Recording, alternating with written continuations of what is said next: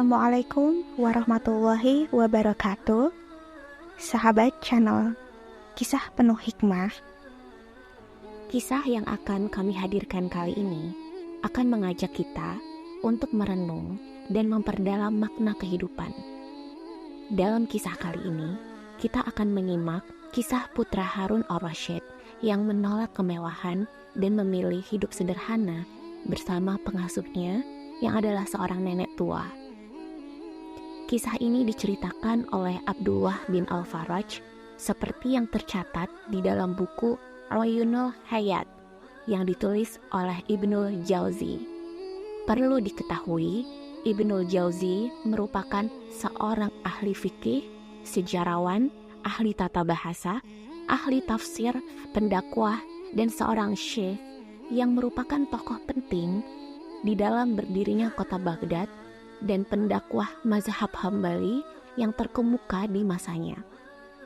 Nasab beliau bahkan bersambung hingga ke Abu Bakar Asy-Syiddiq. Harun al-Rasyid merupakan salah satu khalifah terbaik di masa dinasti Abbasiyah. Beliau sebenarnya memiliki seorang putra yang enggan menikmati fasilitas negara. Sebaliknya, ia justru memilih untuk hidup sederhana bersama pengasuhnya. Menurut kisah tersebut, Abdullah bin Al-Faraj membutuhkan seorang tukang untuk memperbaiki rumahnya. Ia pun pergi ke pasar untuk mencari dan memilih pekerja yang cocok. Biasanya, para pekerja ini berkumpul di pasar untuk bertemu dengan calon pekerjanya. Setelah melihat beberapa pekerja, perhatian Abdullah bin Faraj tertuju pada seorang pemuda yang tengah duduk di pojokan. Pemuda tersebut mengenakan pakaian wul kasar sembari memegang peralatan-peralatan kerjanya. "Apakah kamu mau bekerja di tempatku?" tanya Abdullah. Pemuda tadi pun langsung menjawab, "Ya." Abdullah pun melanjutkan, "Berapa upahmu per hari?" Pemuda itu pun lantas menjawab, 1 dirham dan 1 danik. "Baiklah, mari kita pergi ke rumahku," ajak Abdullah al-Faraj. Ketika Abdullah akhirnya mengajaknya, pemuda itu sempat ragu dan rupanya ia memiliki satu syarat lagi yang ingin diajukan. "Syaratnya apa?" tanya Abdullah. Pemuda itu pun menjawab bahwa syaratnya ialah ketika bekerja lalu terdengar azan zuhur dan asyar, ia akan istirahat dan pergi ke masjid untuk melakukan sholat berjamaah. Abdullah al-Faraj pun menjawab dengan mantap, "Baik, saya setuju." Setelah sampai di rumah Abdullah, pemuda itu pun mulai bekerja dengan baik dan sangat giat. Dan ketika terdengar azan, ia pun memohon izin untuk pergi ke masjid seperti biasa. Singkat cerita, pekerjaan pemuda itu selesai dan transaksi pun dilakukan. Namun, pemuda itu menolak menerima upah yang rupanya diberikan lebih oleh Abdullah al-Faraj. "Tuan, mengapa upah saya ditambah menjadi 2 dirham?" tanya pemuda tadi. "Engkau seorang yang rajin. Hasil kerjamu sama seperti pekerjaan yang dibuat oleh 10 orang. Sehingga adalah zolim sekiranya jika saya membayar upahmu hanya untuk keperluan makanmu saja," jawab Abdullah. "Kita sudah berjanji dengan upah 1/6 dirham. Tidak boleh lebih. Silahkan ambil lebihnya," katanya tegas. Syekh Abdullah bertambah heran. Baru kali ini ia berjumpa dengan pekerja yang tidak mau dibayar lebih, walaupun pekerjaannya sangat layak. Beliau merasa rezekinya semakin bertambah dengan adanya pekerja seperti anak muda ini. Pemuda ini tidak pernah kenal lelah. Setiap pekerjaan yang diamanahkannya dapat diselesaikan dalam jangka waktu yang singkat.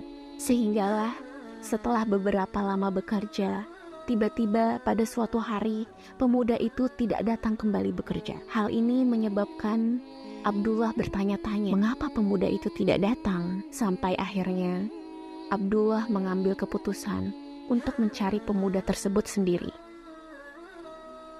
Abdullah Al-Faraj pun bertanya tentang lokasi rumahnya dan mendatanginya. Abdullah Al-Faraj pun semakin terkejut karena ternyata tempat tinggalnya hanyalah pondok yang tidak berpintu. Ia pun bertanya pada nenek yang hidup bersamanya, apakah di sini tinggal seorang remaja yang bekerja sebagai kuli? Nenek tua tadi pun menjawab, ya, namun sayangnya ia sakit sejak beberapa hari yang lalu. Ia lantas menemui pemuda tadi seraya memberi salam. Tuan sungguh baik hati, Tuan begitu memperhatikan saya. Ketahuilah, Tuan akan ditanya di akhirat nanti. Apa tanggung jawab Tuan kepada saya? Tuan, janganlah mudah tertipu oleh nikmat dunia. Ingatlah nikmat itu akan habis. Umur pun akan berakhir. Jika Tuan mengusung mayat saudara Tuan ke kubur, ingatlah, Tuan juga akan diusung ke sana suatu hari nanti.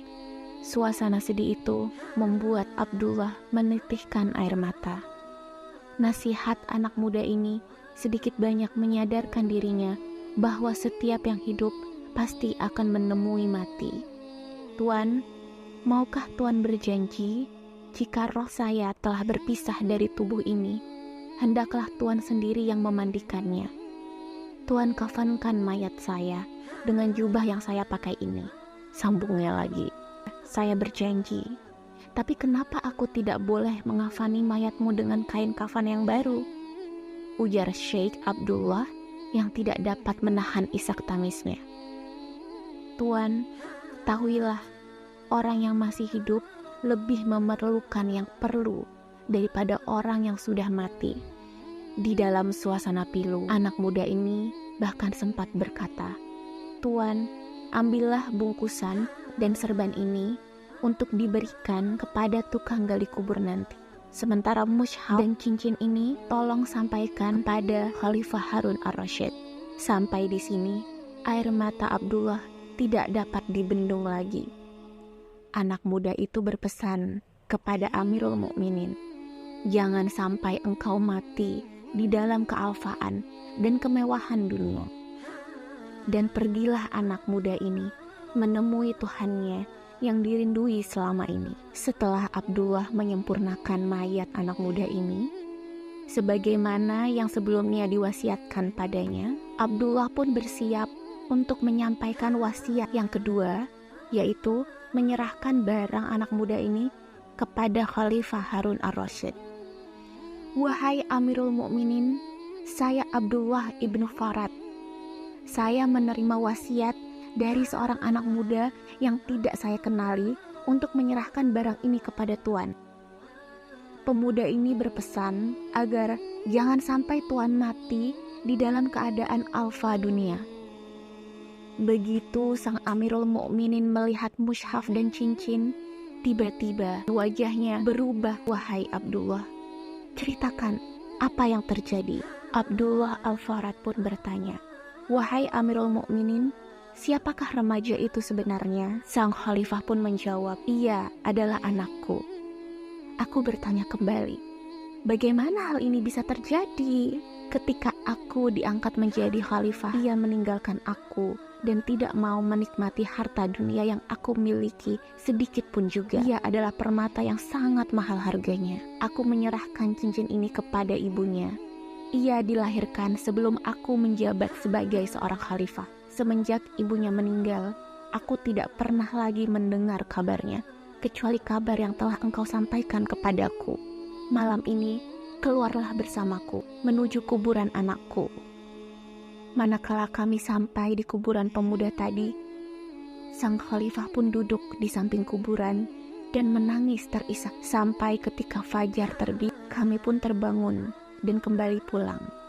Harun Ar-Rasyid berkata kembali, berjanjilah kepadaku untuk senantiasa menemaniku setiap malam untuk berziarah ke kuburan anakku. Aku pun berjanji untuk senantiasa menemaninya berziarah setiap malam. Berkata Abdullah bin Al-Faraj, aku sungguh tidak mengetahui bahwa remaja itu adalah anak dari seorang khalifah sampai khalifah tersebut memberitahuku langsung.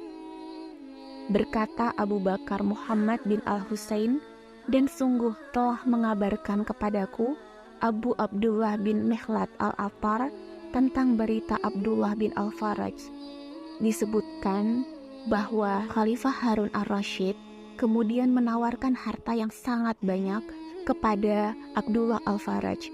Namun, harta tersebut tetap ditolaknya. Demikianlah sahabat kisah penuh hikmah.